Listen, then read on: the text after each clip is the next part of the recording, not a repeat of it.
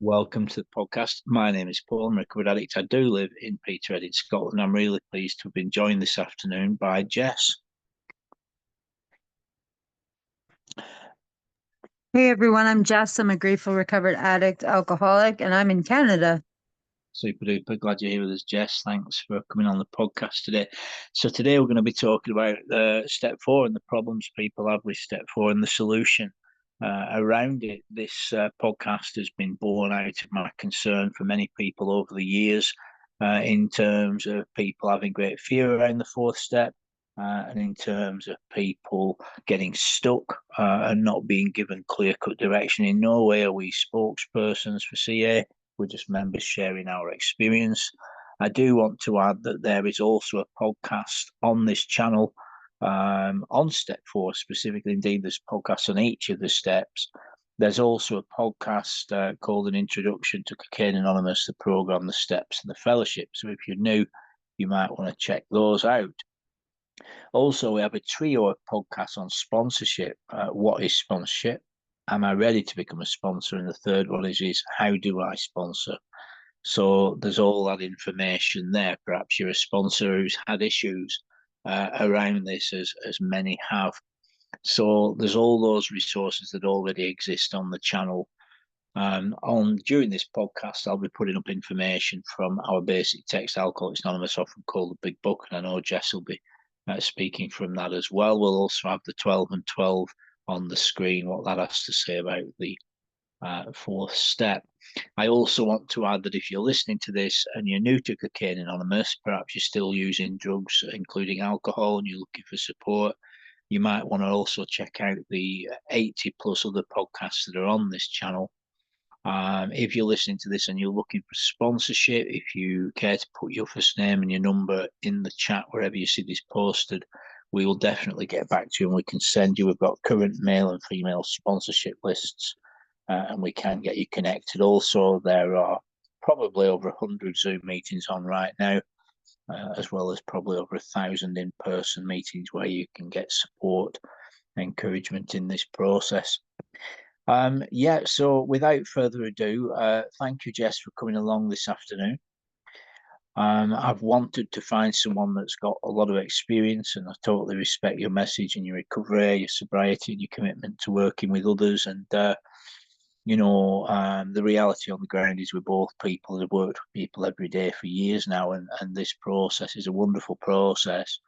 And what I wanted to talk about, and I know we talked about this last week, is principally the issues that people have around the 4th step. And for me, the cause is very simple, but the problem rather complex. The cause is that persons are churned off like a production line by sponsors who don't properly know how to sponsor, and then they're told to go and find someone to sponsor, and they're not giving crystal clear direction on how to complete the 4th step.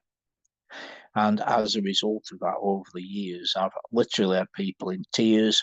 I even know someone to this day that's been stuck on the 4th step for a year.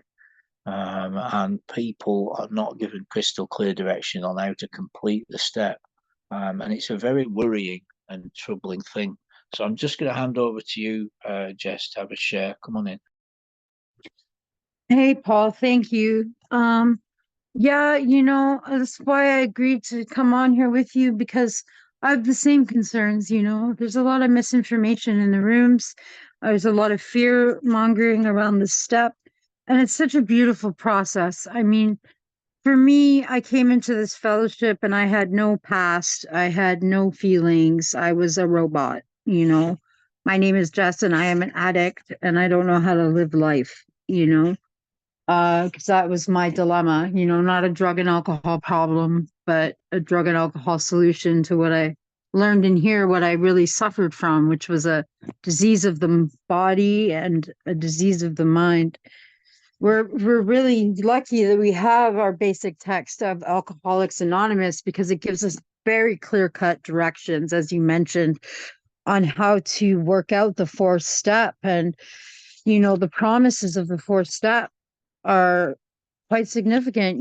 Like it tells us that we're going to learn patience, tolerance, and goodwill towards all people, even our enemies, for we look on them as sick people.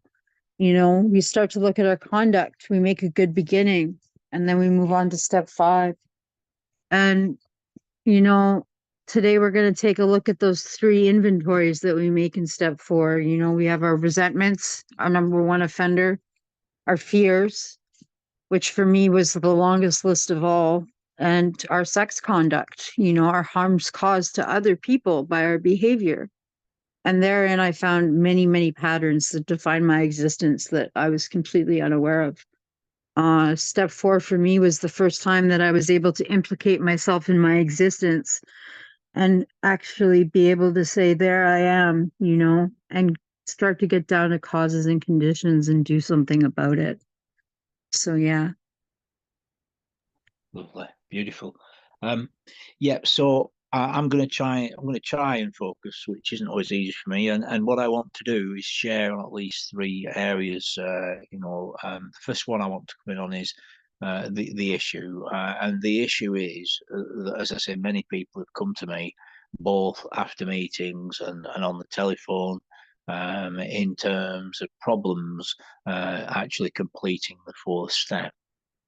And that's varied from, I've been sent these sheets, I don't know how to fill them out, to I've been told to do step 4, and I haven't been given any sheets. I've just been asked to make a few lists. What should I do? I really don't understand what I've been asked to do. To have been left on this for weeks and months, and my sponsor's not taking calls. So this has been the problem, and I have known people. Whilst if an individual chooses to drink and drug, that's on them. That's not the fault of anyone sponsoring them. We've got to be responsible and adult about these matters. So I'm not trying to play the blame game here. But the stark reality is people do drink and drug again. This is a progressive fatal illness of which people die every 7 seconds or so in this world of 8,000 million folk. So that has been the problem, and then people just in despair because they seem to be. And I've been on Zoom calls with individuals that have been surrounded on their settee with like 40 sheets of A4, and they're just mired in this like morass of the 4th step. And I'm sure we've all heard in Zoom meetings, and it's really not helpful for people to share in meetings that we need to be solution focused. CA is a progressive, solution focused, proactive program. You understand, and so the problem for me is basically people getting stuck. The steps are designed to be worked quickly, in my opinion, experience, and according to the book as I see it. Ideally in under a couple of months, and in many cases much quicker than that is possible and very common. And people have to have clear-cut direction, which is the next topic I'll come to. But I'll just hand back to you, Jess. Yeah, I'm glad you touched on that, Paul. I mean, it's a huge dilemma, and I hear it too from sponsees who've had sponsors before me. A big one that you touched on is the getting stuck. I've been stuck in step 4 for X amount of weeks, months, or as you mentioned, the poor person who's been stuck in their step 4 for a year. I mean, this is an incredibly painful place to be.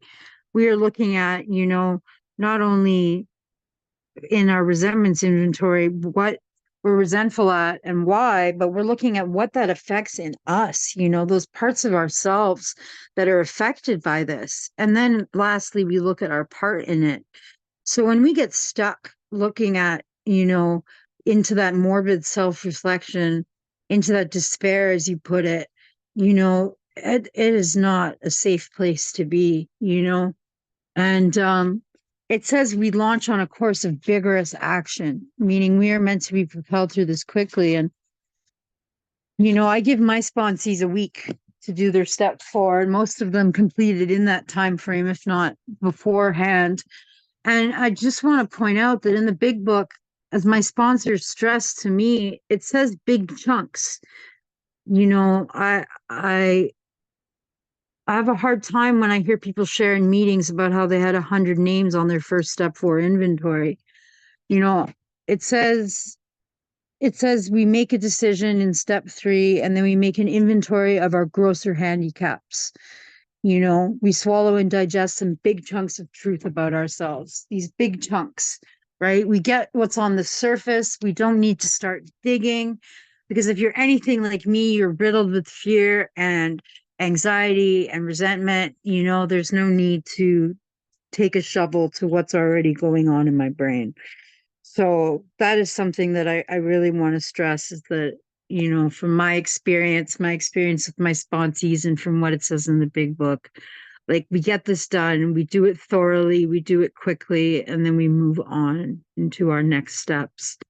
Yeah. Yeah. So, I'm going to come straight to a solution. Again, this is just my experience and my knowledge. It's not for me to say who's right or wrong in how they work. Step 4, there's a lot of people out there that have great success with many different ways of sponsorship, So I'm just going to share my experience and knowledge, which has changed over a period of time, Jess, how I approach the 4th step. Initially for years, Jess, I used a slightly modified set of sheets, which I still have, and they are very, very good. They're much and such the same as what we'll come to on the screen there, just slightly a little bit more enhanced in terms of what is the solution. So I'm resentful at so and so. This is why I'm resentful. How it makes me feel. What is my part in it, and what is the solution? For me is a crucial part of it.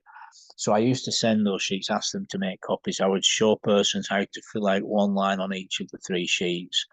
And then I would ask them to start writing out their resentments, just the big things, just the things you're really miffed about. Not my neighbour's cat woke me up last Tuesday, or that £10 that guy owes me from 12 years ago, but big things.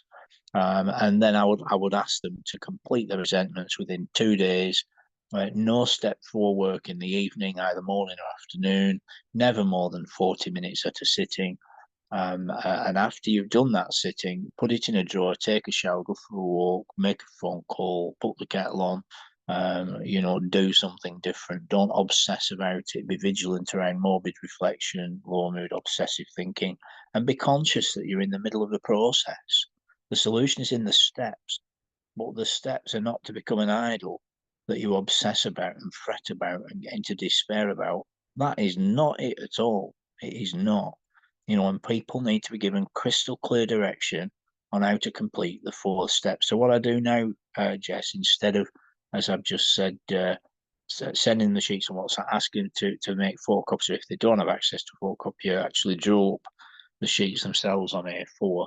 And then I fill out one line with them, and then ask them, give them a couple of days for each of the 3 types of sheets to fill them out. And then we would read through them together, which would be step 5.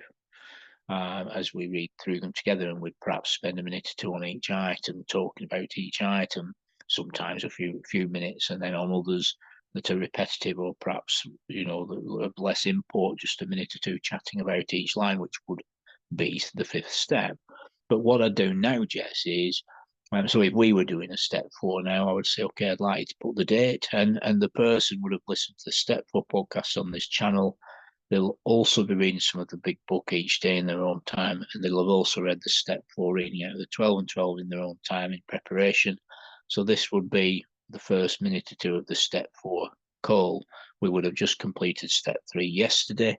When I work with people, I work with them every day, half an hour, 40 minutes call at a mutually agreed time each day. So if this was the step 4 call, I'd say, okay, can you put the date on the piece of paper? I'd like to write step 4. We'll write the wording of the step out. Then I'd like to write resentments. Okay, so we're going to write across the top of the page, what's the first resentment? Who are you angry at? I'm angry at my mother. Why are you angry at my mother? She beat me up as a child. She beat me up as a child. Okay, how did that affect you?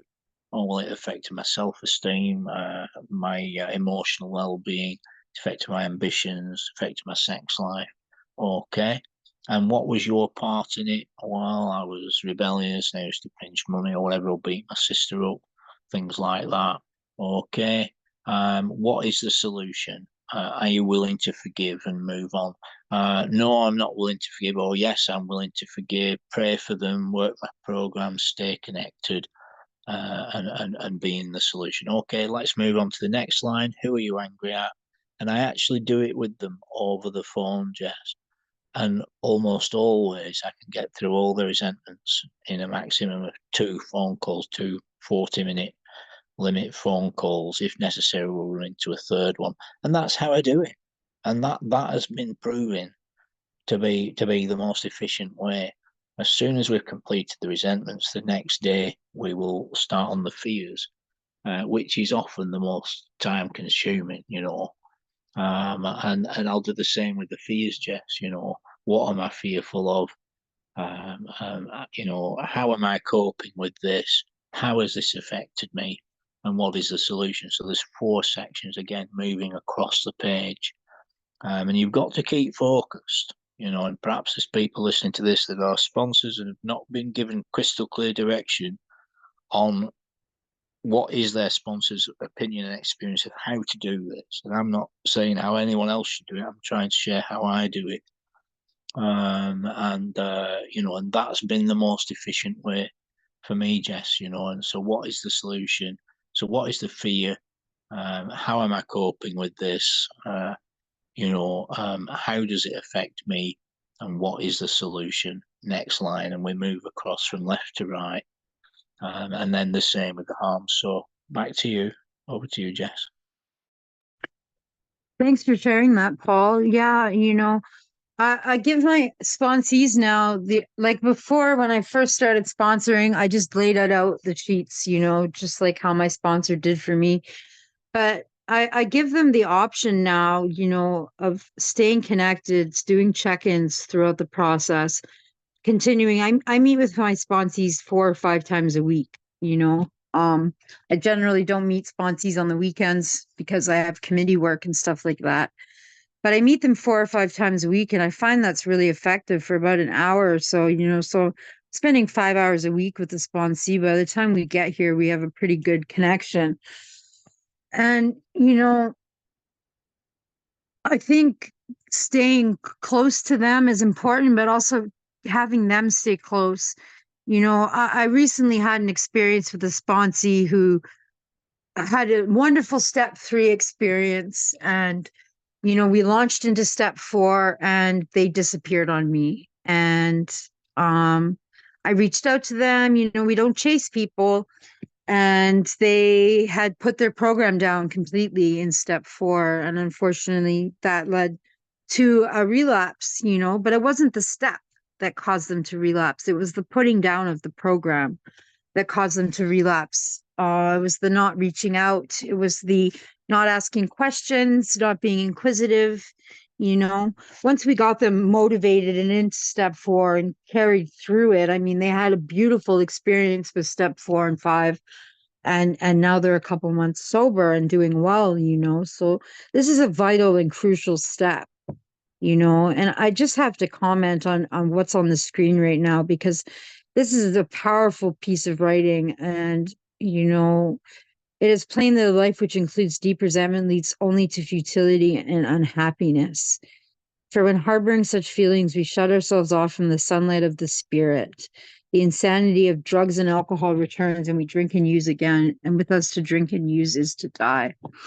So if you're looking for a reason to do your 4th step, there is a very good reason to do your 4th step. Yeah. Yeah, absolutely. And the idea is to get through the steps fairly quickly. I personally now work between like 3 to 4 weeks tops. For a thorough, intensive, but hopefully not intense process. Once a person's completed all 12 steps with me, Jess, they'll have read all 12 steps out of the 12 and 12. They'll have completed the first 164 pages, and they'll have listened to all 12 podcasts on each of the steps on this channel. They'll be attending, if they're fresh out of drinking and drugging, they'll be attending at least 1 meeting a day. They'll be sharing at least every other day. They'll be having at least 2 conversations with folks in recovery on a day-to-day basis. And they'll be practicing good self-care. And I have a list of 12 suggestions And the program is suggested. We're not a mind control cult, because that doesn't work in the real world anyway. We're all adults, you know. I do my best to communicate the solution as I see it in the book and the program as I see it, which for me is connection with God, with the Creator, accountability to a higher power, accountability to the program and the steps and the literature, and you get free through that accountability and through that practice and through action. And then they have to take a moral position and do those things. You and me both know that people are very self-willed and rebellious. You can't force people what to do, you know. And the idea is to get through the process, you know.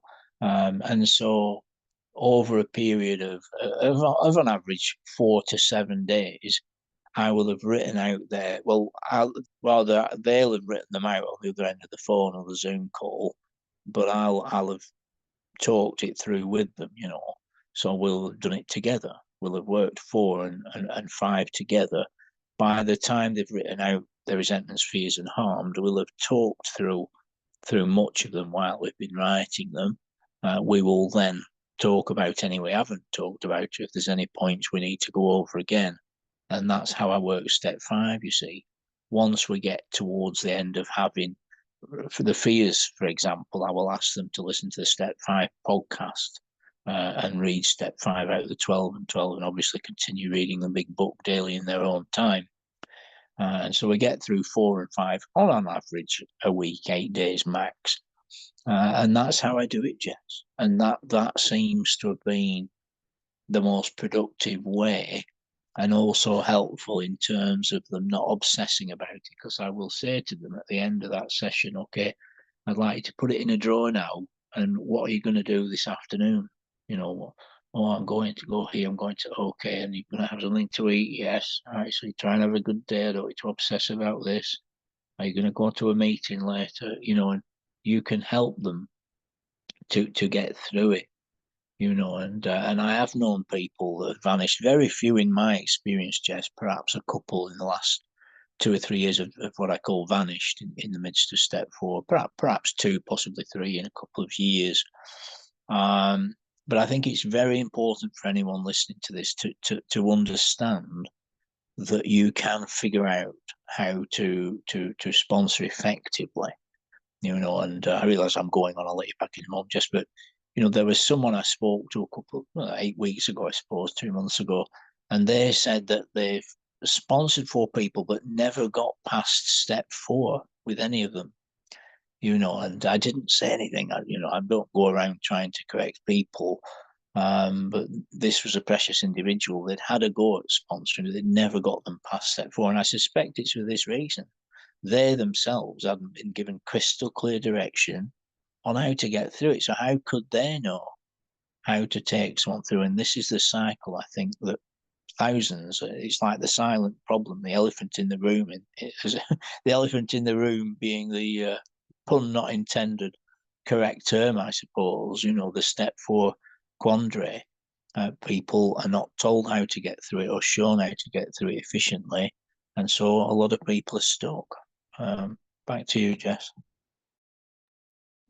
Yeah, I find that interesting that you point that out, that this person never got past step 4, because I think that is in large part the problem. And it is kind of interesting that it is a problem because it is laid out so clearly in the big book, you know. But I do meet folks who are like, 10 years sober and they've never read the big book. So that is part of the problem too, perhaps. I was sponsored in the big book. The way I take people through the work is by a process called mucking, where we go through the big book paragraph at a time and we circle stuff and write stuff in the margins, and we really take a close look at this and spend lots of time building a relationship. I also really like what you mentioned about the not obsessing over it, about the setting a timer. I suggest this to my sponsees as well. Please don't go more than an hour at a time, because it's important to be connected to God when we do step 4, to pray before we go into it, to make sure that our higher power is in the room and that we're not self-will run riot that we're not going to get caught up in morbid self-reflection, that we're not going to just like play martyr martyr or victim victim and beat ourselves up over this, you know. And I find that if you're writing for more than 40 minutes at a time, you tend to lose that connection and you tend to become a little obsessive in your thinking. So it gives us very clear-cut directions.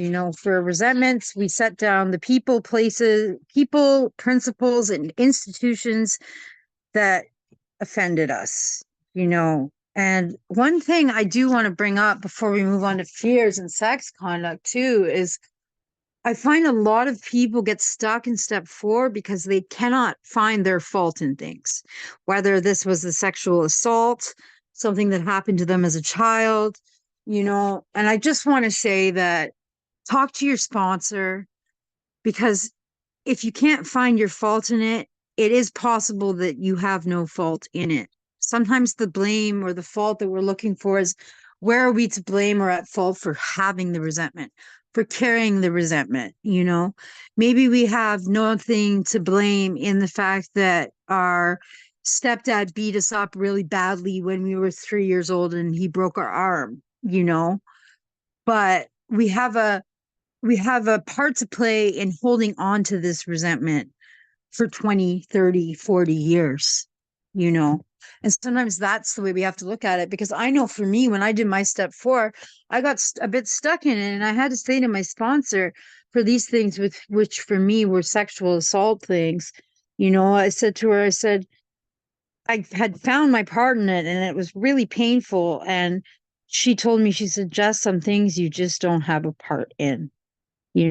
Maybe I was not able to keep myself safe. Maybe there's some things, but at the end of the day, sometimes bad things just happen, and trying to blame ourselves for them, serves no purpose and keeps us stuck in this step that we're trying to move forward on. Do you have thoughts on that, Paul?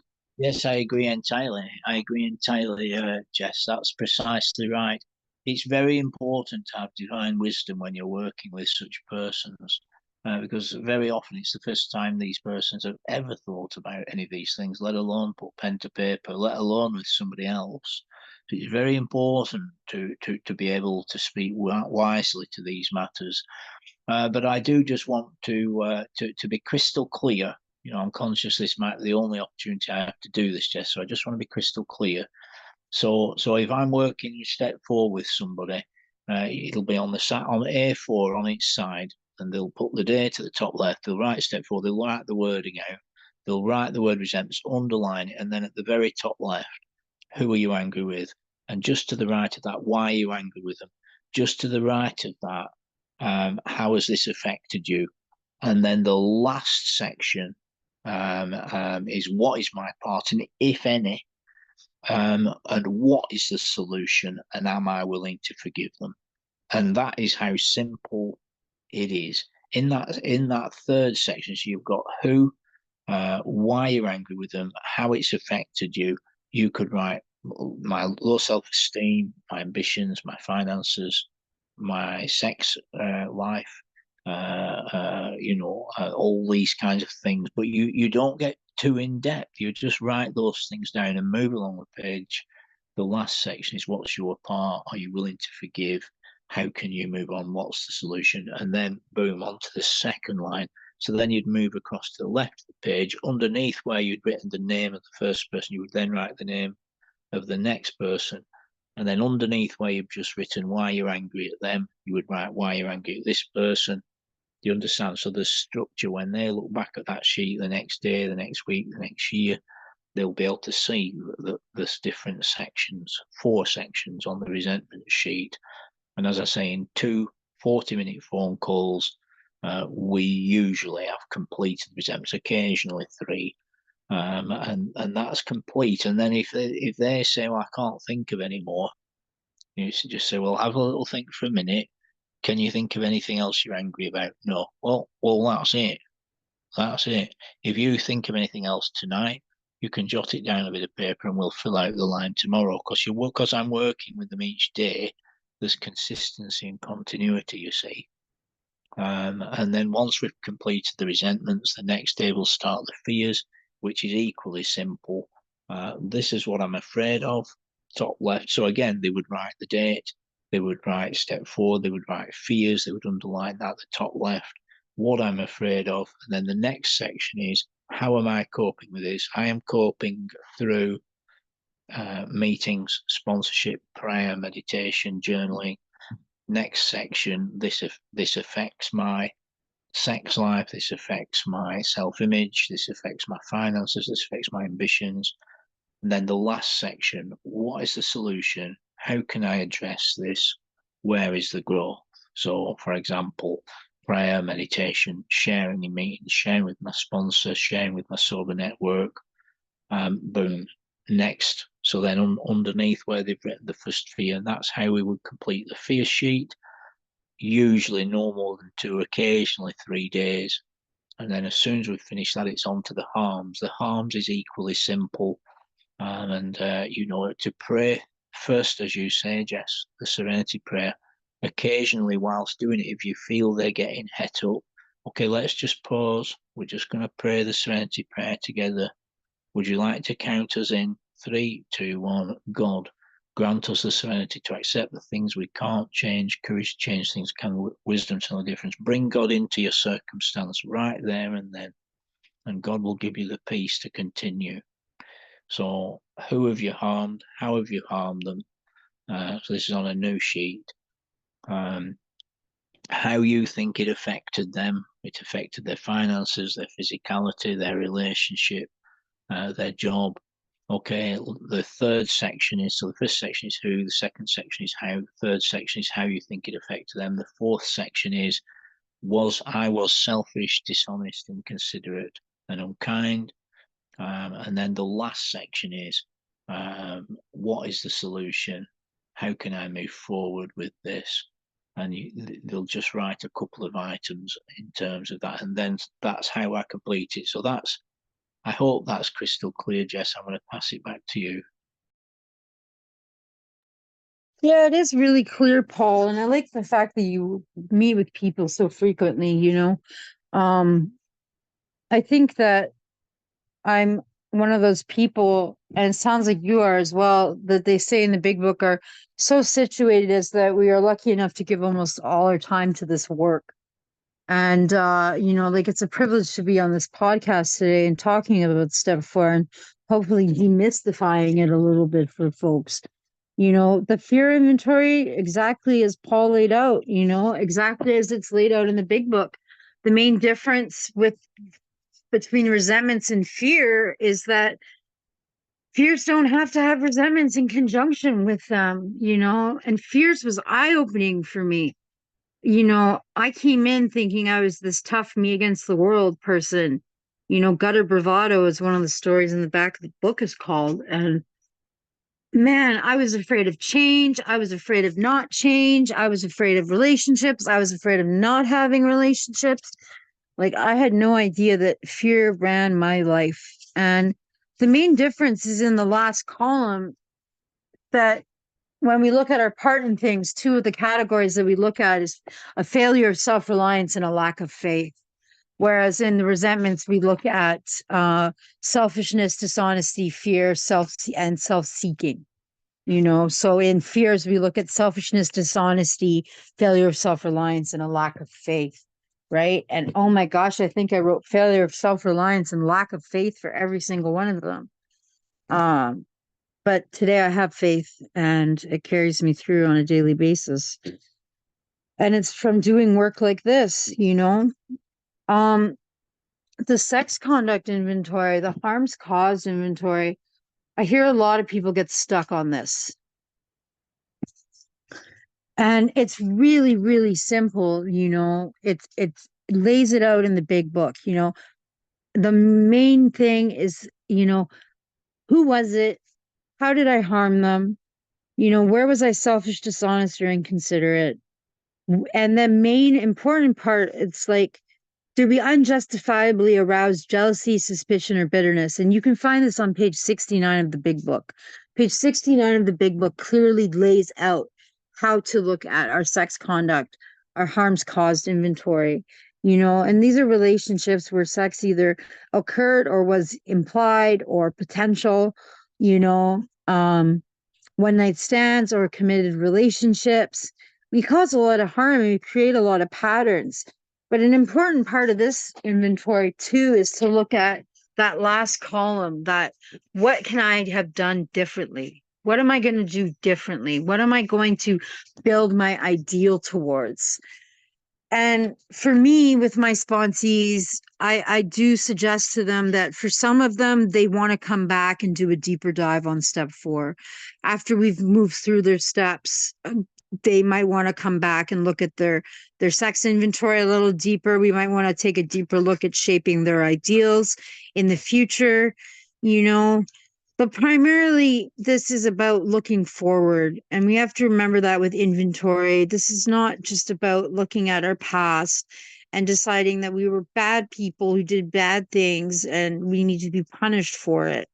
This is about realizing that we were sick people who had patterns of behavior that no longer serve us, that we caused harm, and that we're willing to rectify that harm by doing the work and moving forward.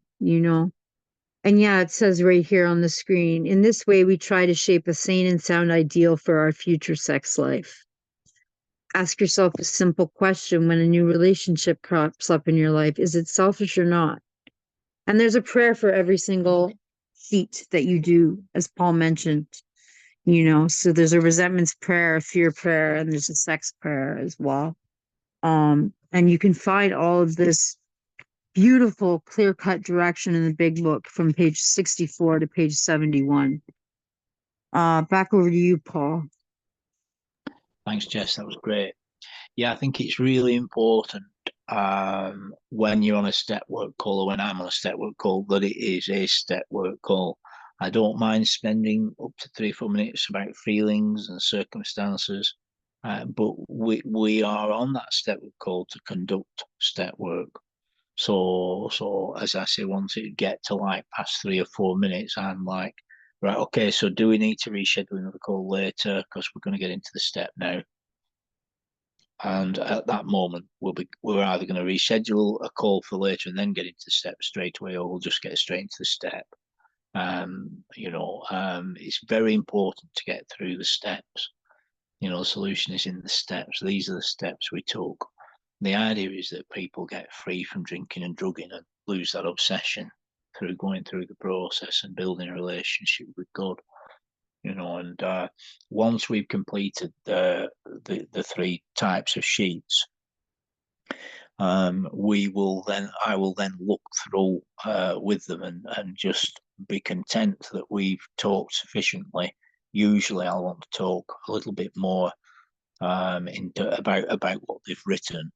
And the actual writing of it together is them admitting to God, to themselves, and other human being the exact nature of their wrongs, and then also chatting about what they've written is step 5 as well. So once we've talked through the step 4, that is step 5, or at least that's how I do it. The very next day, we will complete 6 and 7 together in one call. Between they will do the 6 and 7 podcast. They'll read 6 and 7 out of 12 and 12.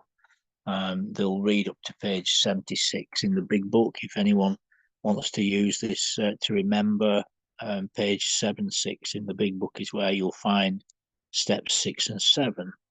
So if you look at that there, that's where you'll find step 6 and 7, page 76. There it is. Look, there's literally a paragraph or two, a few number of sentences, whereas in the 12 and 12 you've got about 5 or 6 pages on each of those steps. So the next day we will, and they'll, like I said, they'll have done the podcast and read the reading, step 6 and 7, 8, 9, 12 and 12, and read up to there in the big book. So they'll have a good idea. We will simply make a list of character defects, stroke shortcomings. We will make a list of character assets, and then we'll both pray through both lists individually the very next day. And that's a very powerful thing, So these persons have a powerful transformative experience through working the steps. So that's how I do it, and I like to think that we've gone some way, at least, Jess, there to, as you say, to demystify the step. And I would certainly commend the 12 and 12 for more instruction on the meter step 4. But as you say, it's marvelously and simply explained in the big book. I think what I would add as well is, that it's really important to grow in understanding and effectiveness. I think that you do have to be friendly with people, but you have to get them through the steps. You understand? My job as a sponsor is to get someone through the steps. I don't buy into this like you're in the army now, tyrannical sort of thing. My job is to get them through the steps so they have a spiritual experience, so they have a better understanding of the process, the literature, that they get freedom from addiction, and then I become a friend in the rooms. I don't even like the terms sponsor, sponsee. I use them for the purpose of brevity and clarity, but I just think we're trying to help people succeed in their lives. We're trying to help people learn to live clean, and sobering up alcoholics. That's the job in hand. What do you think, Jess? Oh, I love the simplicity of the fact that you do 4 and 5 kind of all rolled up into one. Um, Not to overly simplify the process that you use, but I like that. Me, I still get them through their week or so of their doing their lists, and then we sit down and we do a step 5. We sit down and we do step 5. I won't get into step 5 because that's a whole other podcast, but that importance of sitting down. And I do remind my sponsees, if you've missed it on your step 4, chances are it's going to come out in your step 5. Because when you start talking about things, other things just seem to follow along. Me personally, my first step 4 inventory, I did more of it in verbal form on my step 5 than I did in written form on my step 4. I've since done many other inventories, written inventories, which, have been very solid processes. And, I think that the need to continue to grow in understanding and effectiveness is so critical. It tells me that I cannot transmit something that I do not have. you know so I always remind my sponsees that, hey, guess what, you're a sponsor in training. So if while we're doing sponsor work, if anything comes up that you have a question about, you can write in the margins of your big book with a pencil, take notes, you know things you want to remember. But I also don't drop my sponsees ever. If they want to keep doing work and keep together after they've done their steps, then I stick with them. you know I have one sponsee that's been my sponsee for like 5 years, and I help her, and I help my sponsees work with other people. I help them answer those questions that they may have early in recovery, because it is a daunting thing. I know that it was daunting for me when I first started sponsoring people, because I didn't even remember the being sponsored, because I was such a mess. It was such a mess, Paul. Yes. But we do Yeah. recover. We do Yes, recover. I need to clarify something for you. You may be misunderstanding me, which is definitely what I didn't want to get into. Is that you and I misunderstand each other? So I just need to clarify a couple of things. Perhaps it's for my own purposes. But firstly, you said that you actually sit down and do a step 5. What you may be forgetting is that by this time I'll have spent about 3 hours writing out step 4 with them over 5 to 7 days. So because I'm actually doing the 4th step with them, that is them admitting to God, to themselves, and other human being, the exact nature of their wrongs. Because I'm often helping them and talking to them as we're writing out these lines. You see, so Exactly. so it's not the case that I'm omitting to do what you do. It's just when you're giving them the sheets and having them fill them out, which is perfectly fine. I'm actually spending 5 or 7 40-minute calls, 3 hours writing out the 4th step with them, which is for me also the 5th step. And once we've written them out, we will then go. So I just want to be crystal clear about that. And then the other thing you may be misunderstanding me, I definitely support them once we get through all 12 steps. What you may be misunderstanding is that what I said to you is, I don't sort of like command them to do what I tell them to do. By the time they get through 12 steps, they'll be crystal clear what they need to do to stay sober. And I will be there to support them. And as you say, if they have any problems in working with others, they can definitely ring me up. One of the other things I do, which again doesn't fall into the remit of this podcast, but since you raised the topic, you mentioned that you don't drop. I don't know if you was insinuating that I potentially do, but I do not drop people once we get through the 12 steps. On the contrary, what I do is I've equipped them with the knowledge and truth and information to live sober, and then to work with others. What I do offer persons, because in the real world you do get people that say, no, I don't think I'm ready. Well, you can't force anyone. If they say that to you, you can't force them. You can't strong arm them into sponsoring others. But if they say they're ready to, which I very much encourage them to do as part of the process, what I offer them is a 3-part ongoing 40-minute, half an hour, 40-minute calls where I will share with them my experience and understanding of sponsorship. And I have some resources that I've put together to equip them to do that. So that's what I wanted to share. I'm glad you came back in. Yeah, no, nothing I say negates anything that you've said. And I'm glad you did come in and clarify. But yeah, no, I sit down and do step 5 because I haven't done it up to that point, unlike you. And the reason why I mentioned dropping people is because, Paul, I've had way too many sponsees that have gone back out and done way too much research because they've been dropped in step 4. So I kind of wanted to insert a little plea, is to think about it. If you're sponsoring someone, to think about it or talk to your own sponsor before you decide to drop someone that's in the middle of their step 4. Because I had one sponsee who'd been in the rooms 4 years and had never successfully completed her 12 steps because she'd been dropped in her step 4 times until she got to me as a sponsor, and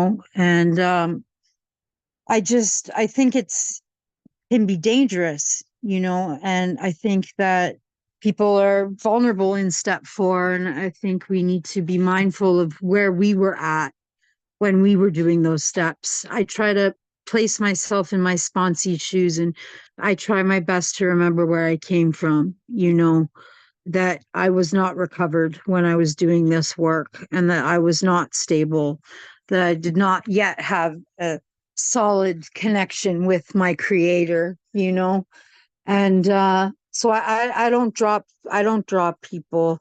I find people tend to drop themselves, if it does come down to that. But I just wanted to put that in because I've seen it cause a lot of harm in step 4. And we were talking about some of the dilemmas around step 4. So that's what I meant by that. I mean, my message to anyone listening is if you're in the midst of step 4, is complete it. If you don't know how to, find out how to. Ask your sponsor. Play this message again. If you're listening to this and you're sponsoring people and you've had difficulties, which is more likely the scenario, I would imagine. Most people that sponsor have had difficulties around this step because they've not been given crystal clear direction on how to get it completed. And that's very problematic, because if they then do manage to get someone through step 4, but once they get to step 12, they won't be able to communicate effectively to their sponsee how to get other people, you see. And so it's cyclical, you see. But there's this cycle going on, probably in over 1,000 instances right now in Great Britain. People are locked in this cycle where they're not being given crystal clear direction how to get through the 4th step, and therefore when they come to sponsor, they don't know how to get someone through either. And so my message is growing understanding and effectiveness. If you want to reach out to me or Jess, you can do so in wherever you see this posted. There's lots of good meetings. The literature is clear on this issue. And I just want to say, Jess, I think I'm almost there in terms of what I want to share, but I'd like to just mute and give you opportunity to come back in for a few minutes if you wish, whilst I compose my closing thoughts. Sure, Paul. I can make some closing remarks.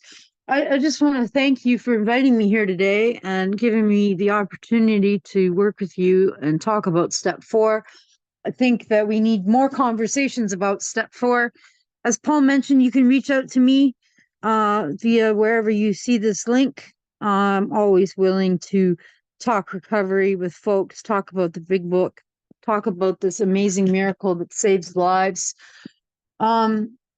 Just to reiterate really what Paul said, if you're in your step 4, get it done, see it through. If you're stuck in your step 4, talk to your sponsor. If your sponsor is not available, talk to someone else. I find that lack of communication in step 4 is something that really causes problems. So if you're stuck, if you're not sure if you're doing things the right way, if you're just having a hard time, inventory can be challenging, whether it's your first inventory or it's your 15th inventory. But I think we're really talking to those people that are new to this process, and we just want to let you know that you're not alone in it, that there is another side to it, and that it's a life of freedom.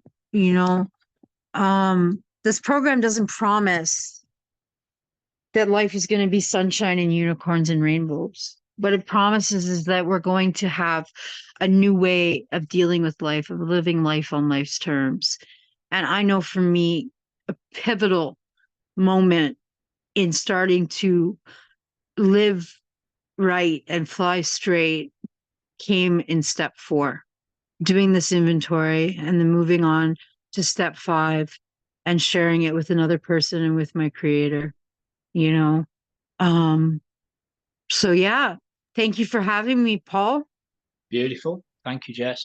Yeah. So if there's anyone here, because one of the things that new people do is obsess and fret about steps that they're not even on yet. It's quite a common thing. And then they find a reason to disidentify and choose not to get on the steps. So if you're in that category of individual that hasn't even started the steps yet, my suggestion will be come to plenty of meetings, start the steps and listen to the other podcasts on the program in general, the other shares on the channel. There's dozens of other shares that people have taken time to come and do, and there's podcasts on the other steps and the program in general.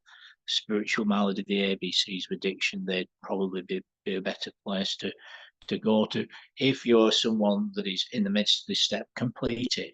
Make a plan to complete it over the next 3 or 4 days. Just do it, morning or afternoon, never in the evening, never more than 3/4 of an hour or so at a session, one session a day, and just get the thing done. Right? If you're a sponsor, you are allowed. We're not a mind control cult.